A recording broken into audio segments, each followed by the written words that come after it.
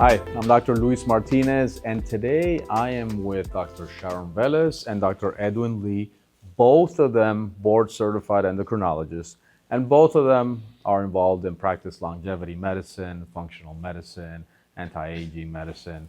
Both of them use peptides.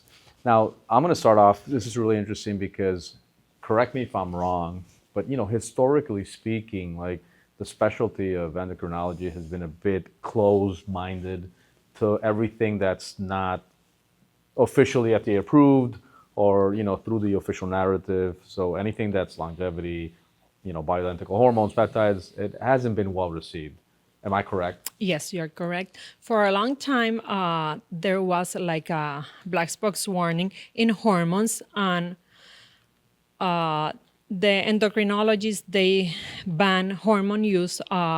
Thanks God, Dr. Lee, me, and yourself, we have been using it over 10, 15 years, and we have had great results with patients, So even though endocrinologist-wise, we have been like banned from using hormone replacement, some of us has gone against the flow, have used it, and patient has benefits. Yeah. What are your thoughts, The same Dr. with the peptides. Thank you. Well, yes, I totally agree with that. But my background's a little different. I also did critical care with endocrine, so I'm kind of not your traditional endocrinologist. I actually wanted to do procedures. I love the ICU and all that. So I'm kind of an oddball. I mean, how many endocrinologists also did critical care medicine, and now I'm into reversing dementia. So it's exciting in longevity medicine, and I see both sides. That's the advantage. I can see, the literature from conventional medicine and the literature of, let's say, longevity medicine, and you just basically put the data together and you figure out, what is the best for your patient, because that's what we're trying to do. It's really N of one to help each patient to get better. And I think you both bring really interesting and important points. And so guidelines can help precisely guide us, but they should never blind us, force us, or dictate patient care that goes against common sense or what we feel is helping our patients. Because, again, correct me if I'm wrong, but when we look at this issue with the hormones, with the estrogen, WHI, and everything, I think the data was always there showing a benefit for estrogen therapy. Whereas, the guidelines, the official statements, the media, all that condemned hormone therapy as a group, mainly probably because of the synthetic progestins. So we should always be critical thinkers and always treat patients individually. But it also was the Premarin too, but the horse estrogen, conjugated estrogen that had some issues. But anyway, let's move on beyond hormones. Sure. And But we also read research data. We doesn't follow what what the trend is. We find a good research and we apply it. We should never follow guidelines blindly. We should be critical and identify research. Exactly. What about peptides? Well, peptides are amazing, and I just love it because I see the amazing regenerative properties. Unfortunately, there are some peptides that are not FDA approved, but FDA approved in other countries. And if you read the literature, and to me, if they're safe and efficacious, and I have a patient with dementia, I'm going to use this peptide. And you can get compassionate use. There is a U.S. law that if it's not FDA approved in the U.S., you can get a peptide that's FDA approved in another country. So I've been really impressed with cerebral lysin. I've reversed dementia in many of my patients. And that's just, for example, one peptide there. And thymosin alpha-1 is not FDA approved in the U.S., but I know you use it and you use it, and it's truly amazing. You should publish that paper on the improvement of CD4, CD8 count. I should definitely. That's an easy publication. I know, and I have some data, a lot of data I'd like to publish. I can help you write it if you want. Thank you.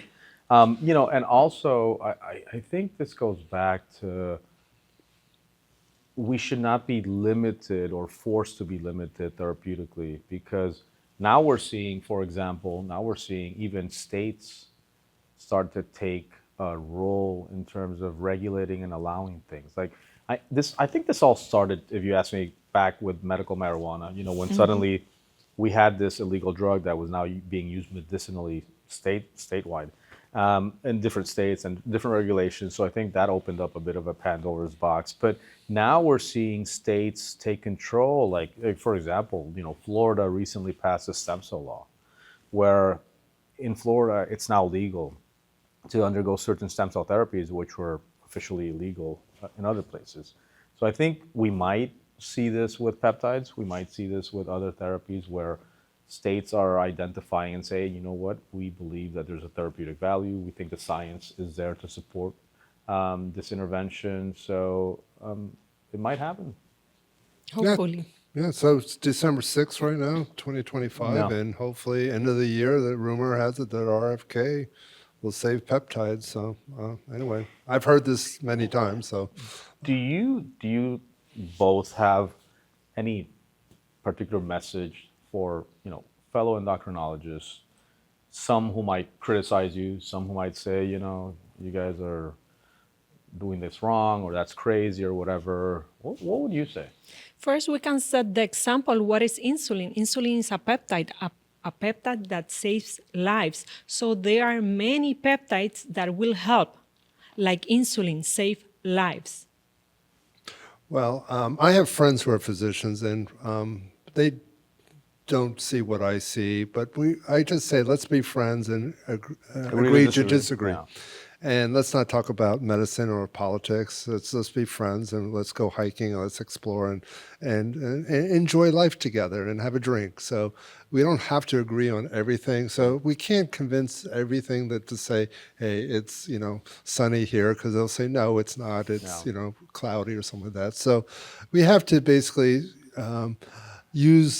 read and study and look at the literature and see what is safe for our patient, and just that's the beauty of medicine, I think. I agree. And also I think, and you know, from my experience personally, both with CPS at our events, Clinical Peptide Society, and with CAAMAS at our events, Caribbean Anti-Aging Medicine Association, my experience is that every day we see more and more different specialties or different specialists, medical specialists, that are starting to, I like to say, see the light. You know, they're starting to say, hey, you know what, there's more to medicine and healing than just giving drugs. I love the phrase that you coined, peptide replacement therapy, and I love that phrase because I think maybe in 10 years we will use that more often.